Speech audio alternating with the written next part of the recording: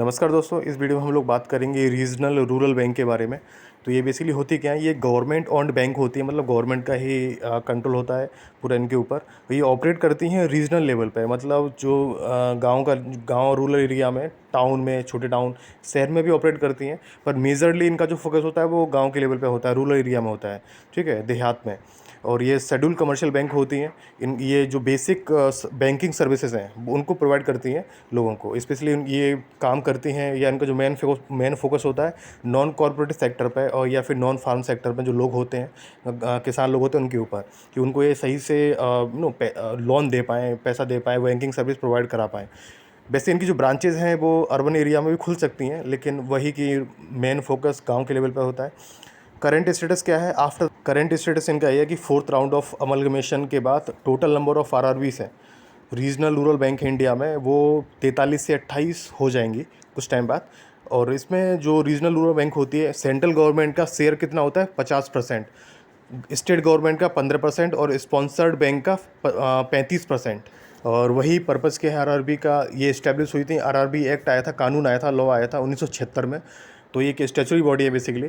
और to provide loans and banking services to small farmer, agriculture labour और rural artisans, ठीक है, जो मतलब कुछ भी जो आर्टिसंस होते हैं उनके लिए। और strengthening financial inclusion India, financial inclusion India में बढ़े, सब लोगों को इन्वेस्टमेंट के लिए पैसा मिले, सब लोगों के पास पैसा हो, वो पैसा लोन ले सके और मार्केट में कंट्रीब्यूट कर सके।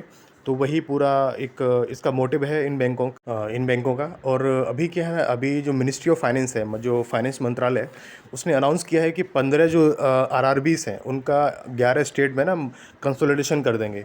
एक्चुअली ना इस गवर्नमेंट की ना one state one RRB policy आई थी, उसमें यही है कि हर एक स्टेट में एक आरआरबी होगी।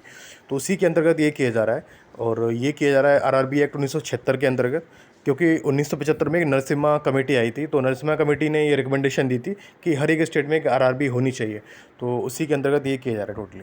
एंड इसके बाद 2001 में ना ब्यास कमेटी आई थी। ब्यास कमेटी ने बोला था कि भाई बैंकों, ये जो आरआरबीस हैं उनका मर्जर कर दो, मतलब अगर बहुत सारी मल्टीपल बैंक से ब्रांचेस हैं उसकी एक ही रीजन में, तो उनको सबको मर्ज कर दो, एक कंसोलिडेशन कर दो, एक अच्छी बॉडी बना दो उनकी, ठीक है, और जिससे उनकी जो एफिशिएंसी है, काम करने की जो एक क्षमता है, एफिशिएंसी बेटर हो जाए।